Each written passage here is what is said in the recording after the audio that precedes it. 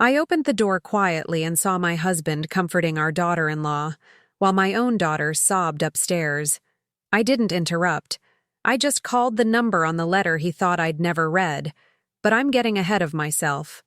Let me back up to Tuesday, October 15th, 2024. The day everything I thought I knew about my family shattered like cheap glass. Before we continue, comment where you're watching from, and subscribe to the channel. We'd love to see how far our stories are reaching. My appointment with Dr. Richardson ended early. The mammogram took 20 minutes instead of the usual hour. Clean results, thank God. At 68, you learn to appreciate small mercies. I drove back to my house on Oakwood Drive in Toledo at 2:30 p.m., 3 hours earlier than expected.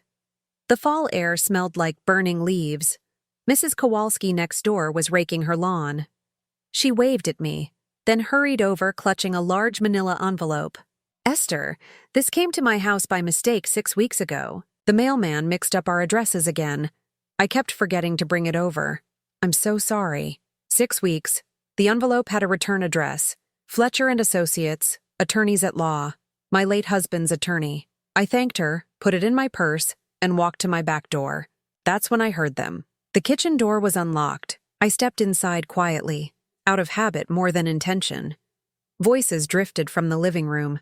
The door was open just enough to see through. Daniel stood near the couch, his arm around Claire. My daughter-in-law had her face buried in his shoulder, shoulders shaking like she was crying. But I've been a nurse for 30 years. I know real crying from performance. This was performance. Upstairs, I could hear Sarah, my daughter, actually sobbing. The raw, choking kind that comes from somewhere deep. I should have walked in, should have demanded answers. But something stopped me. Maybe it was the way Daniel was stroking Claire's hair, too gentle, too careful, like he was comforting her about something they'd planned together. Then Claire spoke. Her voice carried through the silence like a knife. "The old woman's finally going to get out of the way. Tom said the papers are ready. She just needs to sign." My breath caught. I pressed myself against the kitchen wall. Daniel's voice weak, uncertain. "I don't know, Claire. This feels wrong." "Wrong?" Claire pulled back, and I could see her face now. Dry, no tears. "Wrong is watching her waste this inheritance on stupid crafts and donations while we drown in bills. Your father left her everything. $300,000, Daniel, and she sits on it like a dragon on gold." A third voice made my blood freeze. Esther's always been stubborn. My sister Linda, sitting on my couch, sipping tea from my mother's china. Since we were children, she thought she deserved everything herself, never wanted to share. Remember when Mama died? She got 60%, I got 40. Never seemed fair. Linda's voice dripped with old venom. We'd fought about our mother's estate 9 years ago, but I thought we'd moved past it. Apparently not. Claire laughed. Cold. "Well, stubbornness won't help her much longer. Between the 3 of us, we'll make her see reason. 3 of us, my son, my daughter-in-law, my sister." Upstairs, Sarah cried harder. I backed out of the kitchen, slowly, carefully. My hands were shaking so hard I could barely grip my car keys. I got in my Honda, started the engine, and drove. I didn't know where I was going. I ended up at the Starbucks on Monroe Street, 15 minutes away. I sat in the parking lot for 10 minutes before I could move. The envelope. Mrs. Kowalski's envelope. My hands trembled as I opened it. The letter inside was dated September 4th, 2024, 6 weeks ago. "Dear Mrs. Brennan, this letter concerns the estate of your late husband, Robert James Brennan, deceased March 2022. Per his instructions, a trust account of $342,750 was established in your name exclusively, with specific clauses preventing access by your son, Daniel Brennan, due to concerns documented in Mr. Brennan's final will addendum. The trust was contested by Daniel Brennan on July 18, 2024. The contest was denied by probate court on August 29, 2024. Please contact our office at your earliest convenience to finalize access protocols. Sincerely, Thomas R. Fletcher, Esquire. I read it 3 times. $342,750. in my name, only mine. Robert had left it for me specifically, with clauses preventing Daniel from accessing it, and Daniel had tried to contest it. In July, 2 months ago, he lost. Concerns documented in Mr. Brennan's final will addendum. What concerns?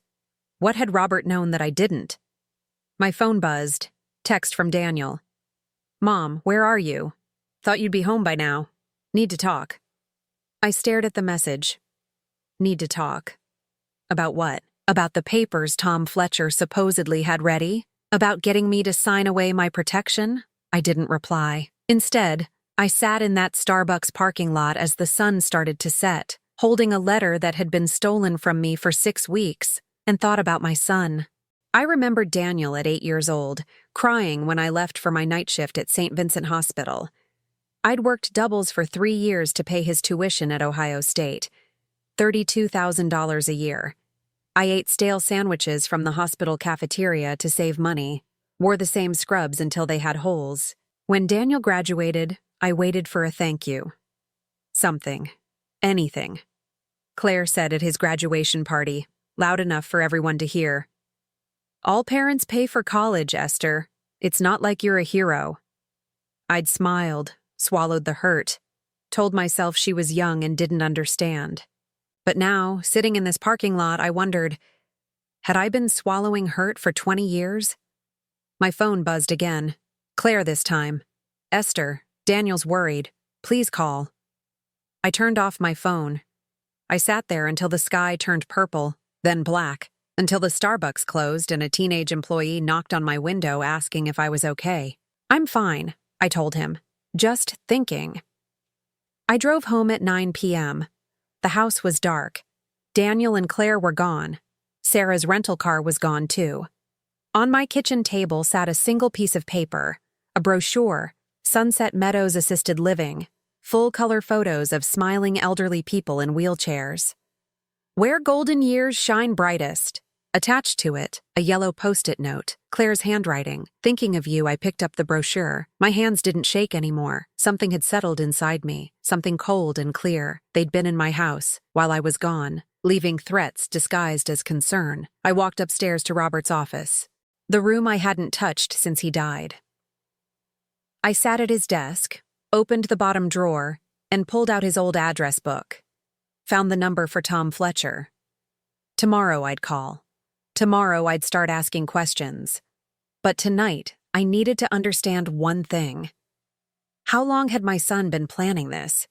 I pulled out my laptop. Logged into the joint bank account Robert and I had opened in 1995, the one we'd forgotten about after opening a new account in 2010. The old account had $3,200 in it when Robert died. We'd meant to close it. I scrolled through 3 years of transactions.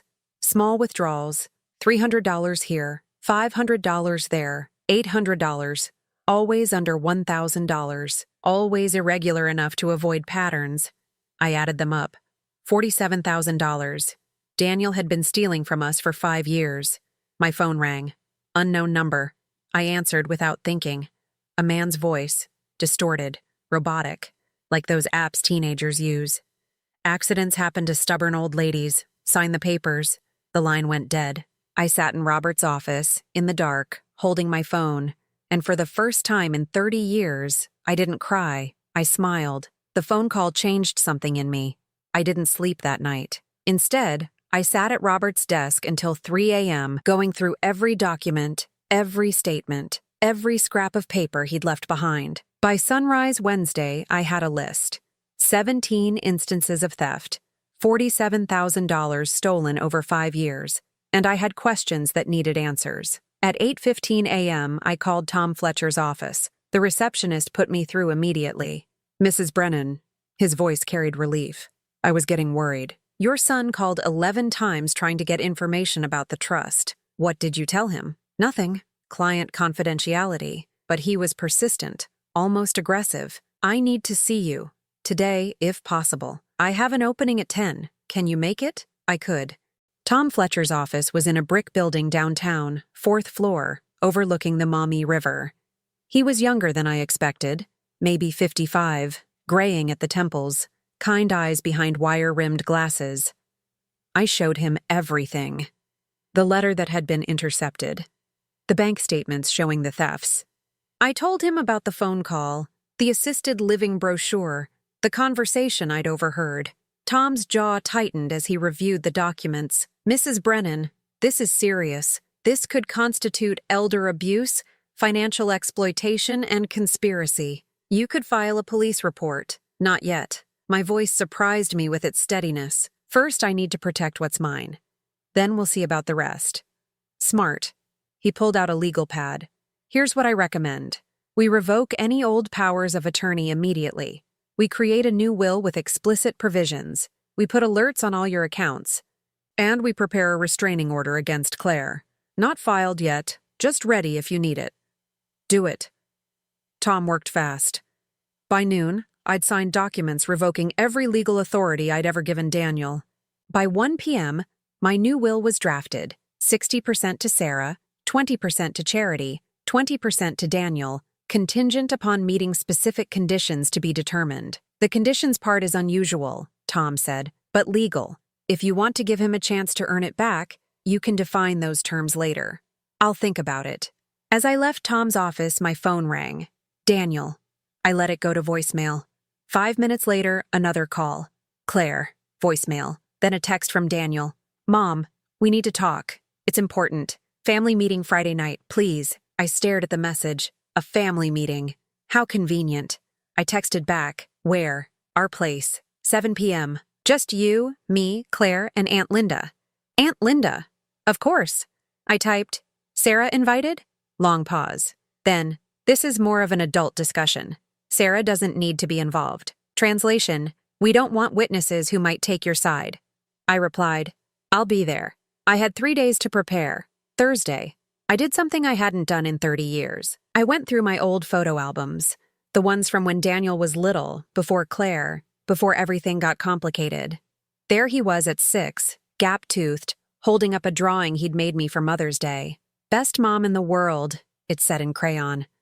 There he was at 14, arm around my shoulders at his 8th grade graduation, smiling. Genuine. When had that boy disappeared? I remembered something Robert said once, maybe a year before he died. We were sitting on the back porch, watching the sunset. Out of nowhere, he'd said, I worry about Daniel. Why? I'd asked. He's got your kindness, but not your spine. And Claire's got spine, but no kindness. Bad combination. I hadn't understood then. Now I did. My phone rang. Sarah. Mom, Daniel called me. Said there's a family meeting Friday and I'm not invited. What's going on? I told her everything. The letter, the trust, the thefts, the overheard conversation, the phone threat. I talked for 20 minutes straight. Silence on the other end. Then, that son of a bitch. Sarah. No, Mom. I'm done defending him. Last month, Claire called me. Told me not to interfere with family plans because you were losing your grip on reality. I didn't want to believe her, but she sounded so convinced. I actually wondered if maybe you were having memory issues. My chest tightened. You thought I was senile? No. I mean, I didn't know what to think. She was very convincing. Said you'd been making irrational decisions, forgetting conversations. Mom, I'm so sorry. I should have called you directly instead of listening to her poison. It's okay, honey. It's not okay. What are you going to do? Go to the meeting. See what they want. And then, I paused.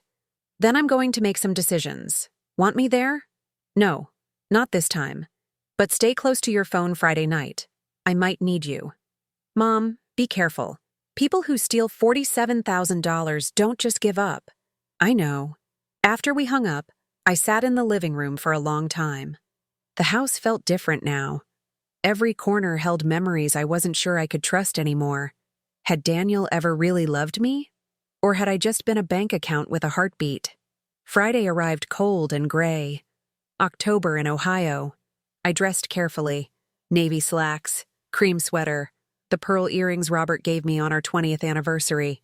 I wanted to look strong, competent, not like someone who could be declared incompetent. I arrived at Daniel's house at 7 p.m. exactly.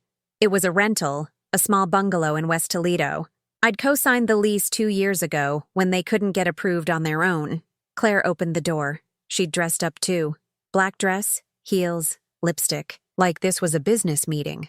Esther, thank you for coming. She hugged me. I didn't hug back. We've been so worried about you. Inside, Daniel sat on the couch. He stood when I entered, kissed my cheek. Hey, Mom, you look good. Linda was already there, perched in the armchair like a judge on a bench. Esther, finally. And then I saw him. Pastor Ted Morrison from First Baptist Church, sitting on the love seat with a Bible in his lap and a concerned expression on his face. A pastor. They'd brought a pastor. This wasn't a family meeting. This was an intervention. Please sit. Claire gestured to the chair they'd positioned in the center of the room, facing everyone. I sat. Pastor Ted spoke first, his voice soft and paternal. Esther, your family asked me here because they're concerned. They love you very much, and they want to make sure you're taken care of as you enter this new phase of life. New phase, like I was dying. I'm 68, Pastor, not 98. Of course. But 68 is a time to think about the future, about legacy, about making sure your affairs are in order so your children aren't burdened. Linda leaned forward. Remember when you fell in the bathroom last year, Esther? You could have been seriously hurt. What if it happens again and nobody finds you for days? I slipped on a wet tile. I was fine. But what if you weren't? Claire's voice dripped with false concern. What if something worse happens? You live alone in that big house. Anything could happen. Daniel pulled out a folder. My stomach dropped. Mom, we've been looking into options. Good options. Places where you'd be safe, where people could check on you. He opened the folder. Sunset Meadows again, plus 2 other facilities. Brochures, price lists, floor plans. I don't need assisted living. Not now, Claire said quickly. But soon, and it's better to plan ahead. Plus, think about it. You could sell the house. It's worth at least $380,000. You could use that money to pay for a nice place, maybe even have some left over to help Daniel with his business expenses. There it was, the real agenda. My house isn't for sale. Linda's voice sharpened. Esther, be reasonable. That house is too much for you. And let's be honest. Mama left it to both of us. You got 60% of the estate, I got 40%. You've had the benefit of that house's value for 9 years. Maybe it's time to think about fairness. The house was sold in 2015, Linda. You got your share, $78,000, which wasn't equal to what you got, because the will specified 60-40. That's what Mama wanted. Pastor Ted raised his hands. Ladies, please. This isn't about the past. This is about Esther's future and making sure she's protected. Claire pushed papers across the coffee table toward me. We've made it easy. These are just standard documents. Power of attorney for healthcare and finances, just in case something happens. So Daniel can make decisions if you're unable to. I looked at the papers. Legal jargon. Signatures required. Daniel's name listed as primary decision maker. I looked up at my son. He wouldn't meet my eyes. No. Claire blinked. What? No, I'm not signing anything tonight. Mom, Daniel started. I need to speak with my own attorney first. Any responsible person would do that before signing legal documents. Your own attorney? Linda's voice rose. What attorney? When did you get an attorney? Recently. Claire's mask slipped for just a second. I saw rage flash across her face before she recovered. Esther, don't you trust your own son? I trust my son. I need time to think. Pastor Ted stood. Perhaps we should pray about this. Let's ask God for wisdom. No, thank you, Pastor. I appreciate you coming, but this is a family matter. I stood. Daniel stood too. Mom, wait, please. We're just trying to help. I know what you're trying to do, Daniel. And the answer is no. Not tonight. Not without my attorney reviewing everything. I walked toward the door. Linda called after me. Stubbornness left you alone your whole life, Esther. Don't let it ruin your last years, too. I kept walking. Outside, the October air bit through my sweater.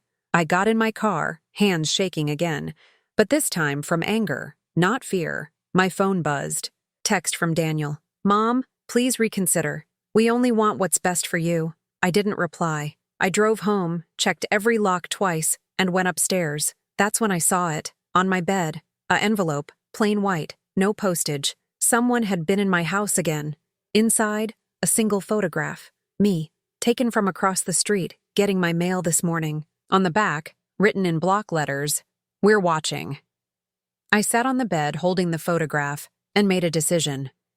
If they wanted war, I'd give them war. But on my terms.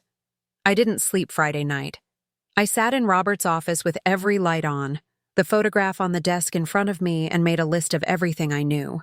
They'd been in my house, twice now, the brochure, the photograph. Daniel had a key. I'd given it to him 3 years ago for emergencies. That key had just become a weapon. At 6 a.m. Saturday, I drove to Lowe's, bought new locks for both doors.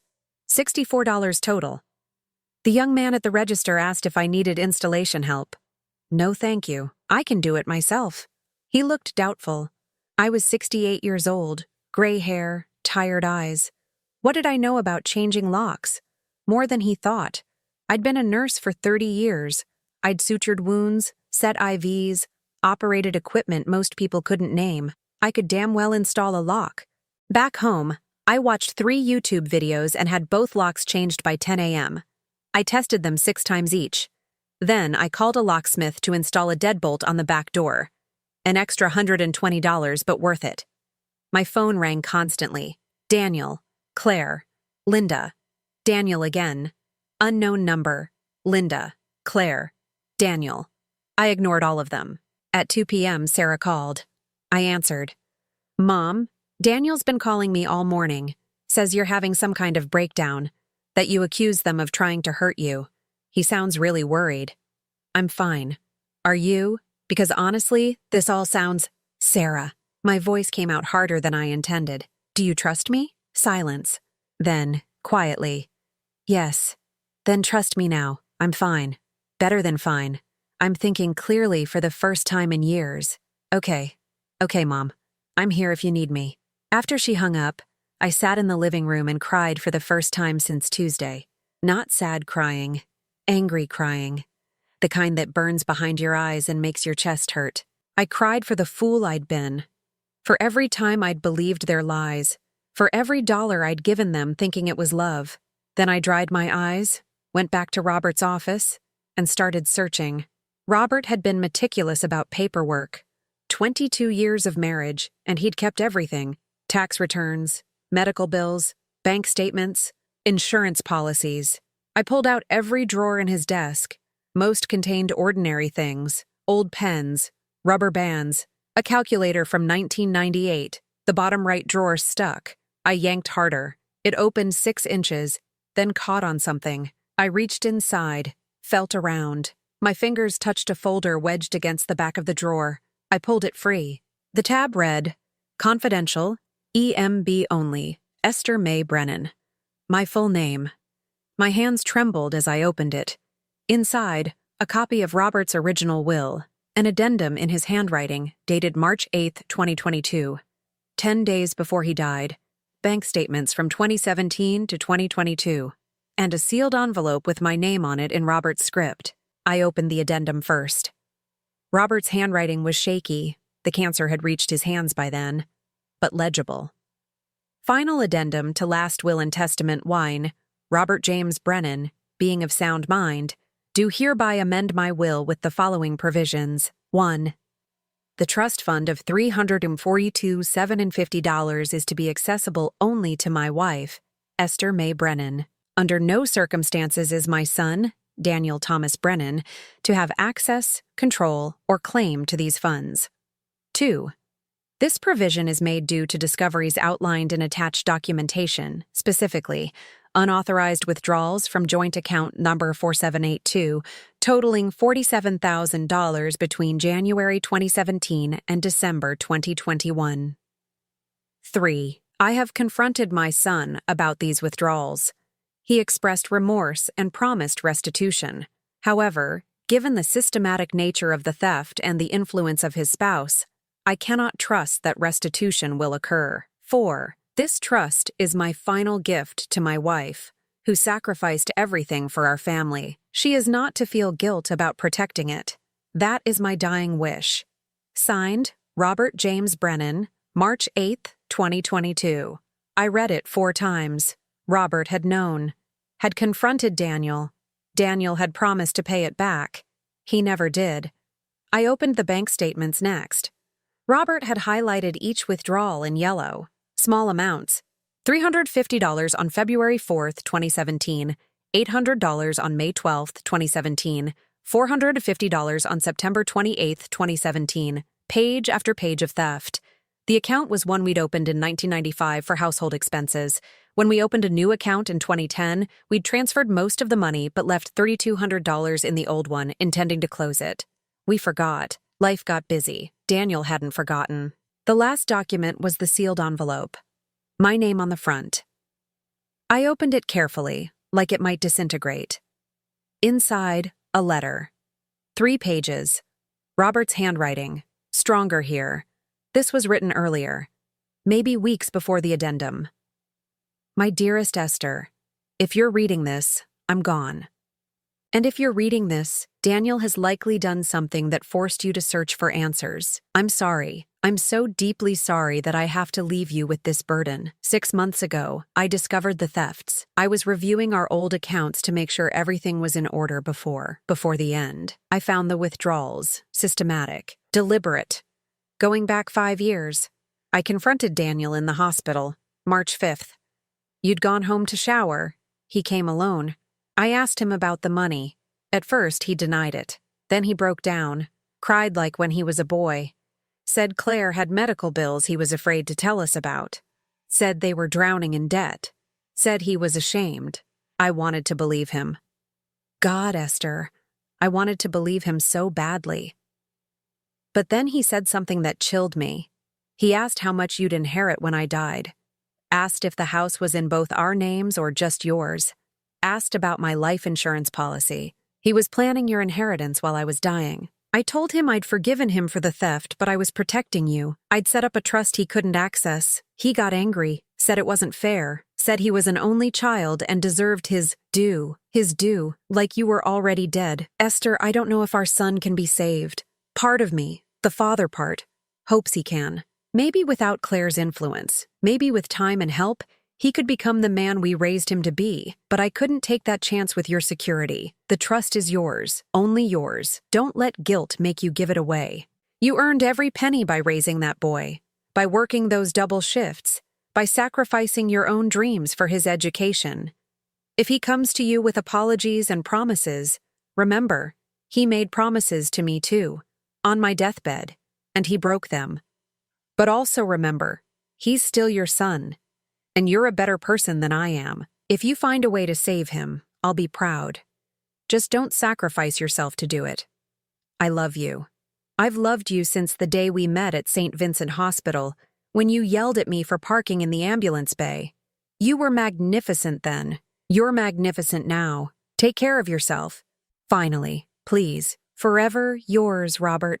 I folded the letter carefully, put it back in the envelope, and sat in Robert's chair as the afternoon sun faded to evening. He'd known. He'd tried to protect me, and he'd died carrying that knowledge alone, not wanting to burden me while I was already grieving. My phone rang. Unknown number again. I answered this time. Hello? The same robotic voice from before. You changed your locks. Cute. Won't help. Sign the papers or things get worse. Who is this? Click. Deadline. I sat there holding the phone, and something shifted inside me. Not fear anymore, not even anger. Calculation. I opened my laptop and started a new document, titled it Evidence. I listed everything.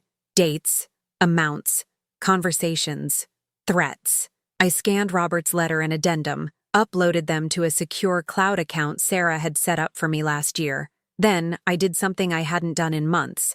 I opened Facebook. Daniel's page was public, photos everywhere. Claire at a restaurant last week, expensive place downtown, wine glasses, steaks. Daniel at a golf course 2 weeks ago, new clubs visible in the photo. I scrolled back. 6 months of photos, vacations, shopping trips, date nights at places that cost $60, $80, $100 per person. All while crying poverty to me, I screenshot everything. Added it to the evidence file. By midnight, I had 17 pages of documentation, times, Dates, amounts, patterns. I saved it, backed it up, emailed a copy to myself. Then I opened a new email and typed Tom Fletcher's address. Tom, I need to see you Monday morning. First available appointment. I have new information, and I'm ready to move forward with everything. I'm also ready to make them an offer. One last chance. But on my terms. Esther, I hit send at 12:47 a.m. Then I went to bed and slept for 9 hours straight, the deepest sleep I'd had in years. Sunday morning, I woke to sun streaming through the bedroom window. For the first time since Tuesday, I felt clear, focused. I made coffee. Real coffee, not the instant stuff I'd been drinking to save money for Daniel's emergencies. I sat on the back porch and watched Mrs. Kowalski garden next door. Normal life. Sunday morning life. My phone buzzed. Text from Daniel. Mom, please. We need to talk. I'm worried about you. Can I come over? I replied for the first time in 2 days. No, but I'll be in touch soon. Don't contact me again until I reach out. He responded immediately. Mom, what's going on? Did someone say something to you? Is this about money? I turned off my phone. At 3 p.m., Sarah's car pulled into my driveway. I hadn't invited her, but I wasn't surprised. She had a key to the new locks. I'd driven to Columbus Saturday night and given her a copy. She came in carrying takeout. Chinese food, my favorite. Figured you hadn't eaten much, she said. We ate in silence for a while. Then Sarah said, What are you going to do? I don't know yet. But I'm going to give him one chance. Mom? One chance, Sarah. Not for him, for me. So I can live with whatever comes next. She nodded slowly. And if he doesn't take it? Then I'll know I tried. We finished eating. Sarah stayed until 6 p.m., then hugged me at the door. I'm proud of you, Mom. I know this is hard. After she left, I went back to Robert's office, pulled out the letter, read it again. If you find a way to save him, I'll be proud. I'm going to try, Robert, I whispered to the empty room, but I'm not sacrificing myself to do it. Monday morning, Tom Fletcher's receptionist called at 8:15 a.m. Mrs. Brennan, Tom has an opening at 10 a.m. Can you make it? I'll be there. Tom Fletcher's office felt different Monday morning. Last time, I'd been a victim looking for protection. Today, I was someone with a plan. Tom listened as I laid out everything. Robert's letter, the addendum, the 5 years of theft, the surveillance photo, the threatening calls. When I finished, he leaned back in his chair and let out a long breath. Mrs. Brennan, this is beyond civil matter territory. This is criminal, extortion, harassment, financial exploitation of an elderly person. You could have all 3 of them arrested. I don't want that, not yet. Why not? I pulled out the letter from Robert. Showed him the last paragraph. If you find a way to save him, I'll be proud. Robert believed in second chances. Even after everything, he hoped Daniel could change. I folded the letter carefully. I need to know if there's anything left of the boy I raised, but I also need to protect myself while I find out. Tom nodded slowly. So what do you want to do? Everything you suggested last week. Revoke the powers of attorney? Done. New will? Done. Protect the accounts? Done. But I want to add something. I want to set a trap. A trap? I want to invite them to dinner. Daniel, Claire, Sarah, not Linda. She's done. I want to see Daniel's face when I confront him with evidence. I want to see if there's any remorse, any humanity left. And if there isn't, then I'll know, and I'll do what needs to be done. Tom was quiet for a moment. Then he pulled out a legal pad. Okay, let's plan this carefully. You'll need documentation present, witnesses, and an exit strategy if things get dangerous. We spent 2 hours mapping it out. Every detail, every possibility. At noon, I left Tom's office with a folder full of documents and a plan that terrified and energized me in equal measure. I had 4 days until Friday dinner. I spent them preparing. Monday afternoon, I stopped at Kroger. In the checkout line, I saw Jessica Moore, president of the PTA where Claire had been trying to volunteer. Esther, haven't seen you in ages. How are you? I'm well, Jessica. How's the PTA? Busy as always. We had some drama last week, though. Had to ask someone to withdraw their volunteer application. Oh? Jessica lowered her voice. I probably shouldn't say, but someone sent us screenshots of inappropriate messages. Very unkind things said about other parents. We couldn't have that energy around the children. That's terrible. Yes, the person was quite upset when we declined their application, but we have standards. Jessica paused. It was your daughter-in-law, actually, Claire. I felt bad, but you did the right thing. After Jessica left, I felt a small, cold satisfaction.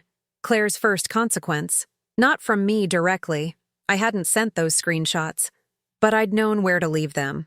Sometimes karma just needs a little push. Tuesday, I did something I hadn't done in months. I went through my bank statements. Really went through them. 3 years of records. Every check I'd written to Daniel. Every transfer. Every emergency he'd needed help with. The water heater that broke. $200. Except I later saw photos of them at a concert that same week. Tickets starting at $150 each. The car repair, $800. But Daniel's car looked the same. No new parts visible.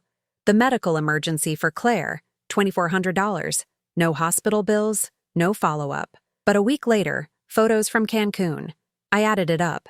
In 3 years beyond the $47,000 stolen from the old account, I'd given them another $64,000 in loans and emergencies. $111,000 total. More than twice what Robert and I had spent on Daniel's entire college education. I made a spreadsheet, printed it, added it to my folder.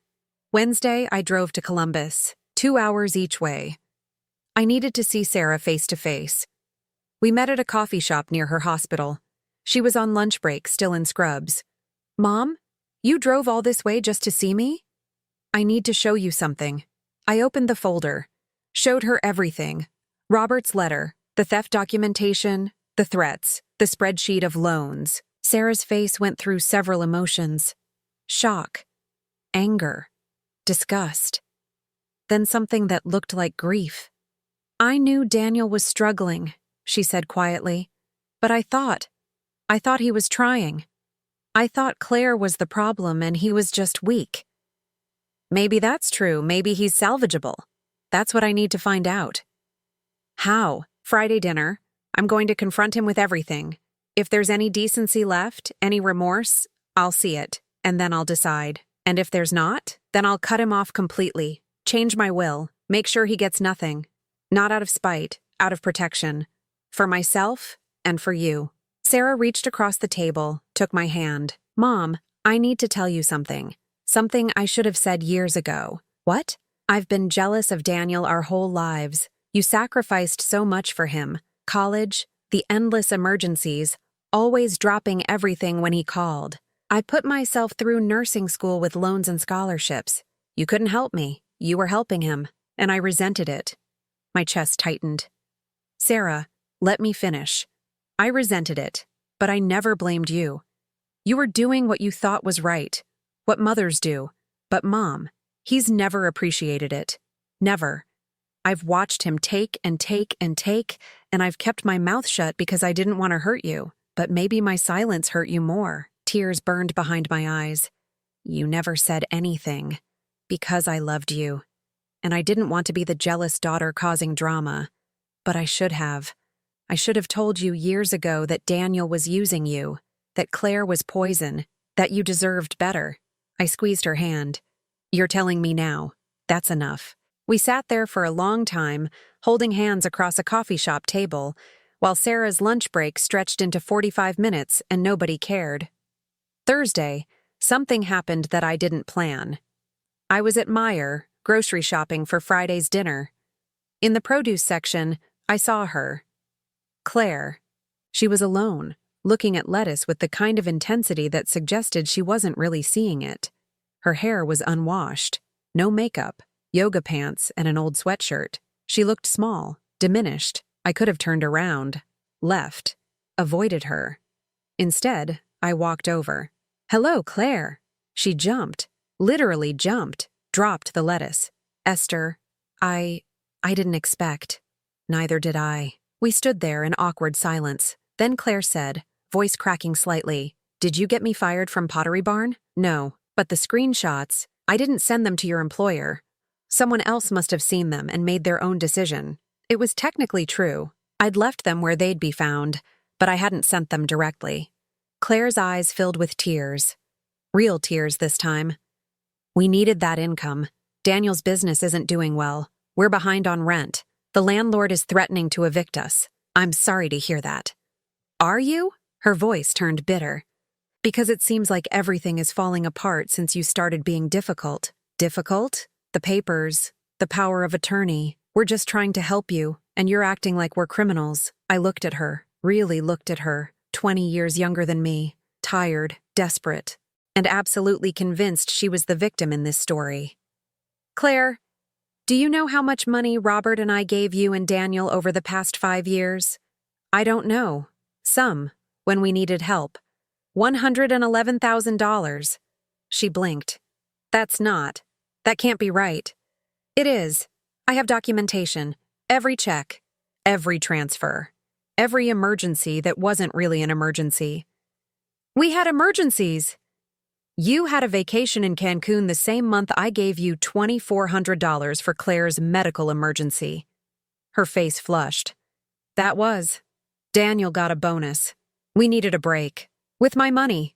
It was a loan. We were going to pay you back. Like the car repair that never happened. The water heater that didn't need replacing. The medical bills that don't exist. Claire's mouth opened and closed. No words came out. I picked up the lettuce she'd dropped, handed it to her. I'm having dinner Friday night. Daniel and Sarah will be there. You should come too. 7 p.m. My house. And why would I come to that? Because it's your last chance to be honest. And maybe, if you are, things don't have to end badly. I walked away, left her standing there holding lettuce and confusion in equal measure.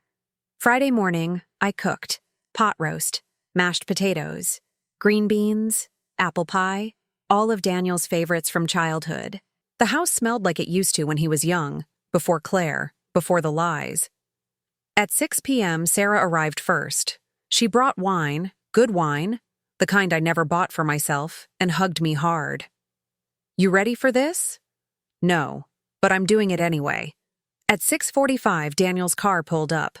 He and Claire both got out. They stood in the driveway for a moment talking. Daniel looked nervous. Claire looked defiant. They came to the door together. Daniel carried flowers. Gas station flowers, but flowers. Hey, Mom. Thanks for having us. The house smells amazing. Come in. We sat down to dinner at 7 exactly. 4 of us around the dining room table that usually sat empty. For 40 minutes, we made small talk. The weather, Sarah's job, Daniel's freelance projects. Nobody mentioned lawyers or money or threats. Claire barely touched her food. Daniel ate like he was starving. At 7:40, I stood up. I'll get dessert. I came back with apple pie in the folder. Set both on the table. Daniel stared at the folder. Mom, what is that? The truth, I said, and your last chance. I opened the folder and began to read. I spread the documents across the table like cards in a game nobody wanted to play. Robert's letter, the bank statements, the addendum to the will, the spreadsheet of loans. Daniel's face went pale. Claire's went red. What is this? Daniel's voice came out barely above a whisper. It's everything your father knew before he died. Everything he tried to protect me from. I picked up the addendum. He discovered you'd been stealing from us for 5 years. $47,000 from an account you thought we'd forgotten about. Mom, I can explain. He confronted you. March 5th, 2022, in the hospital. I'd gone home to shower. You came alone. Daniel's mouth opened. Nothing came out.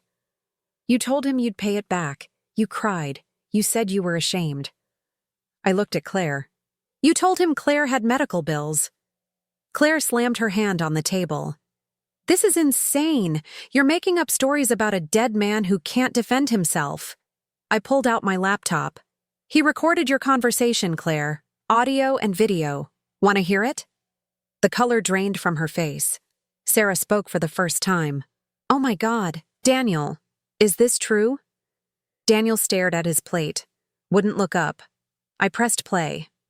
Robert's voice came through tinny but clear, weak, dying. Daniel, why do you need to know about the inheritance right now? Daniel's voice, younger, desperate. Claire and I have plans, Dad.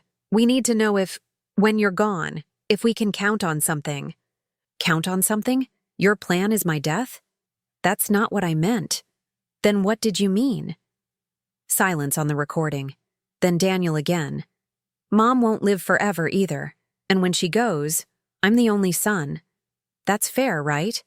That I'd inherit everything? I stopped the recording. Let the words hang in the air. Sarah pushed her chair back. You talked about Mom's inheritance while Dad was dying? What the hell is wrong with you? Daniel finally looked up. His eyes were wet. It wasn't like that. You don't understand the pressure we were under. The debt, the bills. So you stole. My voice cut through his excuses like a scalpel. Systematically, for 5 years. $300 here, $800 there. Small enough we wouldn't notice, large enough to matter. I pulled out the second spreadsheet. And then there's what I gave you willingly. $64,000 over 3 years. For emergencies that weren't emergencies. For repairs that never happened. For medical bills that don't exist. Claire stood up. I've heard enough of this. Daniel, we're leaving. Sit down. I didn't raise my voice. Didn't have to. The command in it stopped her. She sat. $111,000 total. That's what you've taken from Robert and me. Stolen or manipulated. More than we spent on your entire college education, Daniel. I pulled out my phone. And then there are the threats. The surveillance photo of me taken from across the street. The phone calls with the robotic voice saying, accidents happen to stubborn old ladies. Daniel's head snapped up.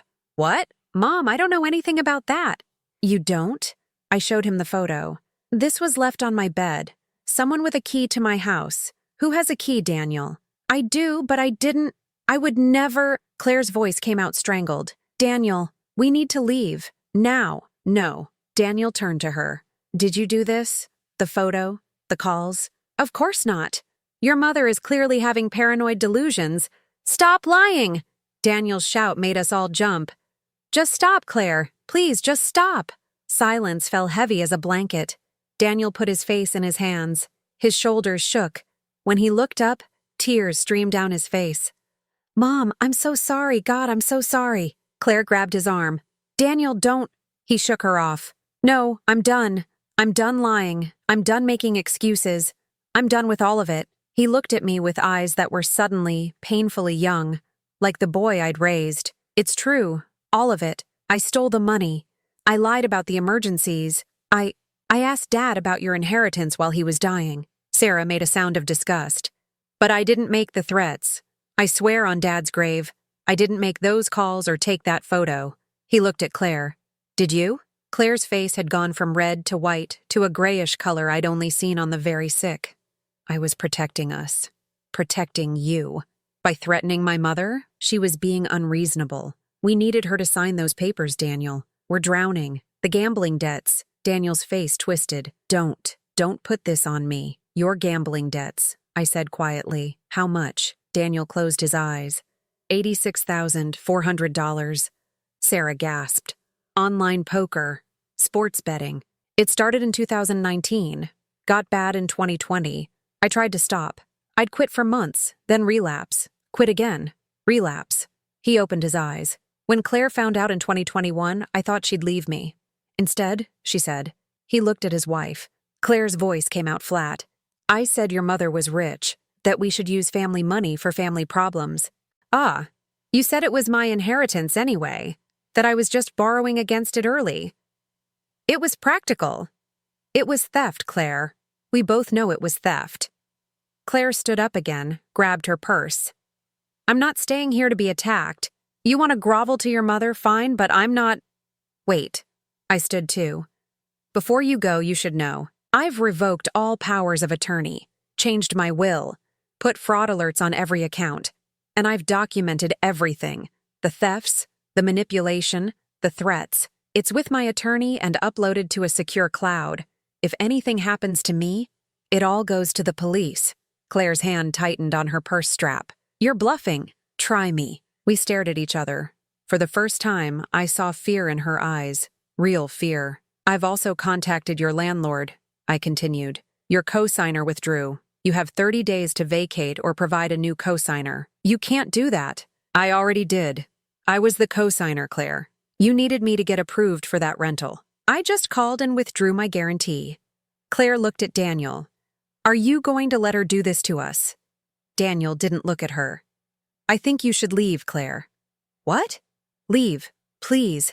I need to talk to my mother and sister alone. Daniel, go! His shout echoed off the dining room walls. Claire grabbed her purse and coat. At the door, she turned back. You're going to regret this. All of you. The door slammed behind her. In the silence that followed, I could hear Daniel crying. Not the performance tears I'd seen before. Real, ugly, broken crying. Sarah stood. I can't look at you right now. I'm going to the living room. She left. It was just me and my son at the table, surrounded by evidence of his betrayal. Mom, he whispered. I don't know how I became this person. When did the gambling start? After Dad got sick. I was stressed. Someone at work mentioned an online poker site. I won $300 the first night. It felt like control. Like I could actually win at something. And you lost control. Completely. By the time I realized how bad it was, I was in too deep. The loan sharks, the interest, the threats. Claire found out when someone came to the house looking for payment. She was furious. But then she said we could fix it. Together. By stealing from us. He nodded miserably. She made it sound reasonable, like you and Dad had plenty, like I was just borrowing what would be mine eventually anyway. And I was so desperate, so scared, I believed her, or I let myself believe her. And the conversation with your father? Planning my inheritance?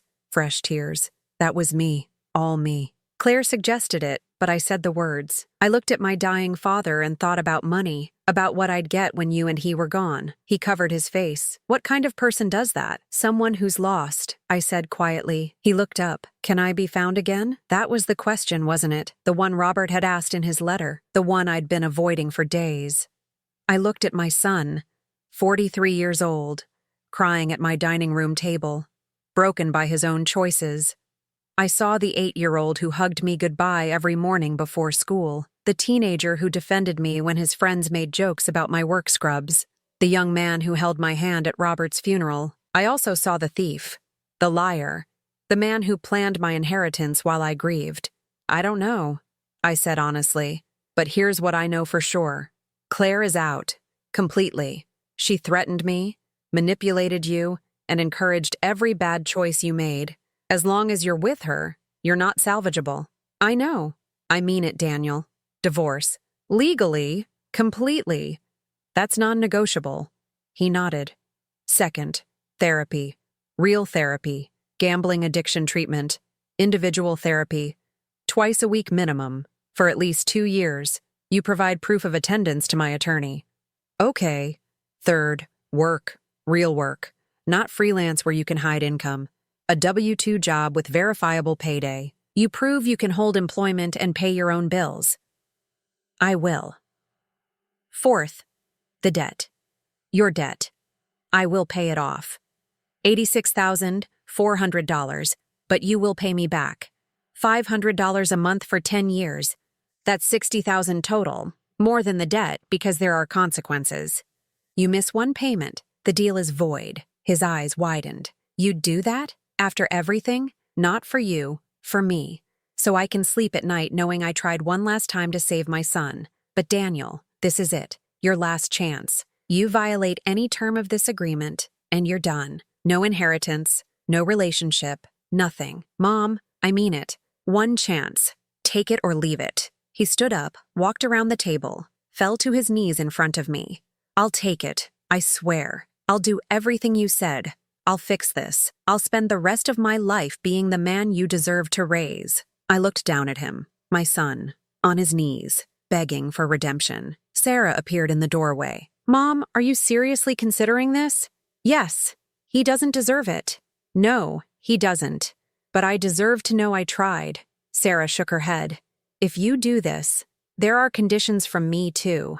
Daniel looked at her. You write me a letter, handwritten, explaining exactly what you did and why, apologizing not just for what you did to Mom, but for what you put me through. All the years of watching her sacrifice for you while I got nothing. Sarah, I'm not done. After you write it, we meet. Mediated. Professional mediator. You read it out loud to me. And then, maybe, if you actually follow through on Mom's conditions, maybe in a few years we can try to rebuild. But Daniel, I don't trust you. I don't think I can ever fully trust you again. Daniel nodded. I understand. I'll do it. I stood up. Then we have an agreement. Tom Fletcher will draft the documents. You'll sign them, and we'll see if you're capable of keeping a promise. Daniel stood too. Thank you, Mom. Thank you for not giving up on me. Don't thank me yet. The hard part hasn't even started. He left 20 minutes later. Sarah and I watched from the window as his car pulled away. You think he'll actually do it? Sarah asked. I don't know, but now I'll know I tried. And if he doesn't, then I'll cut him off without guilt, and I'll be at peace with it. We cleaned up the dinner dishes in silence. The pot roast had gone cold. Nobody had eaten the apple pie. At 10 p.m., my phone rang. Tom Fletcher. Esther, I'm sorry to call so late, but I thought you should know. Esther Brennan just tried to access your bank accounts online. The fraud alerts blocked her. The bank is filing a police report. I closed my eyes. Thank you for letting me know. There's something else. She tried to contest Robert's will. Filed paperwork this afternoon claiming undue influence and cognitive decline. Can she do that? She can try, she won't win. But it'll tie things up for a while. After he hung up, I sat on the couch with Sarah. We didn't talk, just sat together in the quiet house while the clock ticked toward midnight. My phone buzzed one more time. Text from Daniel. Mom, I meant everything I said. Starting tomorrow, I'm getting help. I'll prove it to you. I love you. I didn't reply. Words were cheap. Actions would tell the story. Capítulo 6. The Liberation Focus. Complete Revenge Cycle. Conditional Redemption. Catharsis. Independence. Closed Ending. The next 3 days blurred together. Tom Fletcher worked fast. By Wednesday, the legal documents were ready. Daniel signed everything at Tom's office. I wasn't there. I didn't want to be. The terms were explicit. Divorce proceedings initiated within 10 days. Proof of therapy enrollment within 2 weeks. Employment secured within 30 days. First restitution payment due in 60 days. Tom called me after. He signed without hesitation. Even added a clause requesting supervised visitation with you, only when you're ready. What about Claire? She showed up at my office yesterday. Tried to argue that she had rights to the trust as Daniel's spouse. I showed her the prenuptial agreement you didn't know existed. What prenuptial agreement? The one Robert made Daniel sign before their wedding. Separate property provisions. In the event of divorce, Claire gets nothing from family assets. Robert was thorough. I sat down hard. Robert had known even then, had protected me even before the theft started. Claire threatened to sue for defamation, Tom continued. I told her we have documented evidence of her crimes. She left quietly after that. The weeks that followed were strange, quiet, like the air after a storm passes. Daniel sent updates every few days, photos of his Gambler's Anonymous meeting attendance cards, a copy of his therapy intake forms, a job offer letter from a small accounting firm, $52,000 a year, full benefits. He never asked to see me, just sent proof he was trying. Sarah and I had dinner every Sunday. She'd drive from Columbus, we'd cook together, talk about normal things. Her patients, my garden plans, the weather. We didn't talk about Daniel unless I brought him up. 3 weeks after the confrontation, I got a handwritten letter from him. 8 pages. Every theft documented, every lie acknowledged, every hurt named. The last paragraph read, I can't undo what I did. I can't give you back the years I stole or the peace I destroyed. But I can promise this. I will spend every remaining day of my life being honest, being better, being the son you deserved from the beginning. Not for inheritance, not for forgiveness, but because it's the only way I can live with myself. I love you, Mom. I'm sorry I forgot how to show it. I cried when I read it. Not sad tears, something else. Relief, maybe. Or closure. I filed the letter in the folder with all the other documents. Evidence of the end and the beginning. Claire's ending came faster than I expected. 4 weeks after the dinner, I was at Meijer again. The McDonald's inside had a help wanted sign.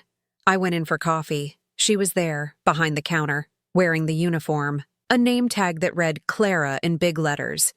She saw me. Our eyes met, hers filled with something I couldn't quite name. Shame, maybe, or rage, or both. I ordered a Big Mac and coffee. She took my order in silence. Her hands shook slightly as she counted my change. When she handed me the receipt, I said quietly, "I hope things get better for you, Claire." She looked at me like I'd slapped her. "Do you really?" "Yes, not for you, for me. Because I don't want to be someone who enjoys another person's suffering." I left $2 on the counter as tip. Walked away while she stared at the bills like they were evidence of something she couldn't articulate. Sarah was waiting in the car. "Was that who I think it was?" "Yes. How do you feel?" "Tired, but free." 6 weeks after the confrontation, Daniel's divorce was finalized. Claire contested nothing. Maybe because she knew Daniel had nothing to contest for. Maybe because she was just tired too. The gambling debts were paid. Tom handled it directly with the creditors. $86,400. The trust barely felt it. Daniel sent the first restitution check exactly 60 days after signing the agreement.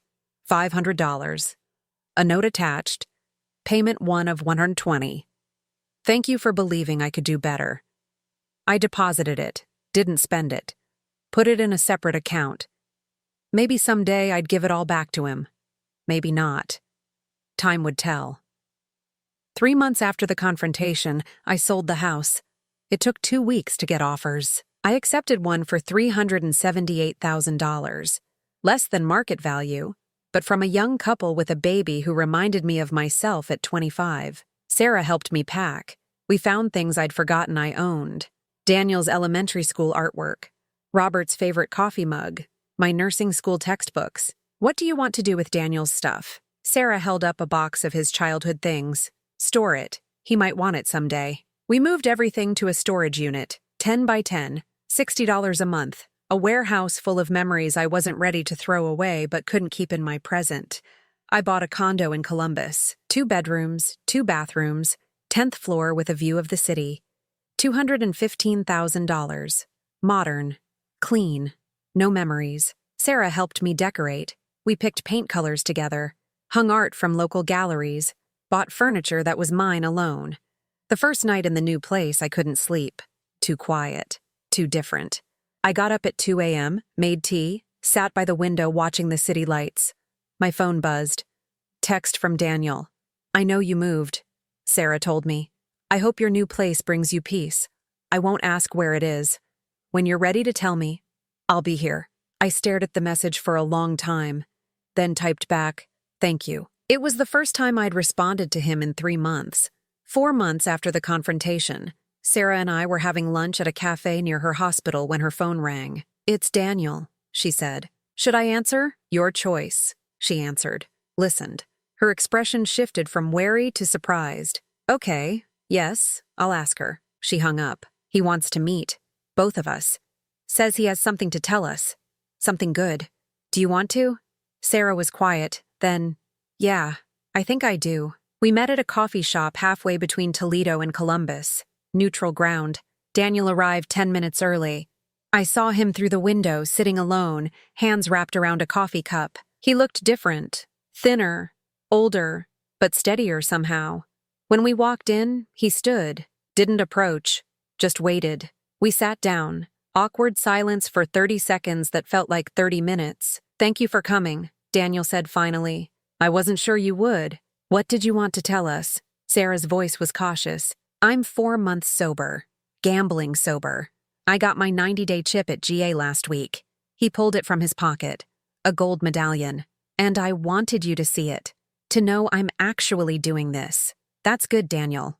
I meant it. "There's something else. The therapist had me write letters. Not just to you, Sarah. To everyone I hurt. Including Dad." "Dad's dead," Sarah said. "I know. But Dr. Morrison said it would help. To say the things I never got to say." He pulled an envelope from his jacket. "I read it at his grave last week, and I wanted you to know what it said." He didn't hand us the letter, just told us about it. About apologizing to Robert for wasting his sacrifice, for betraying his trust, for thinking about inheritance while he was dying. I told him I don't know if I can ever forgive myself, but I'm trying to become someone who deserves to try. Sarah's eyes were wet. Daniel, I don't know if we'll ever be close again. I don't know if I can trust you. I know. I'm not asking for trust, just acknowledgement that I'm trying. I see you trying, she said. That's all I can give you right now. That's enough. I spoke for the first time.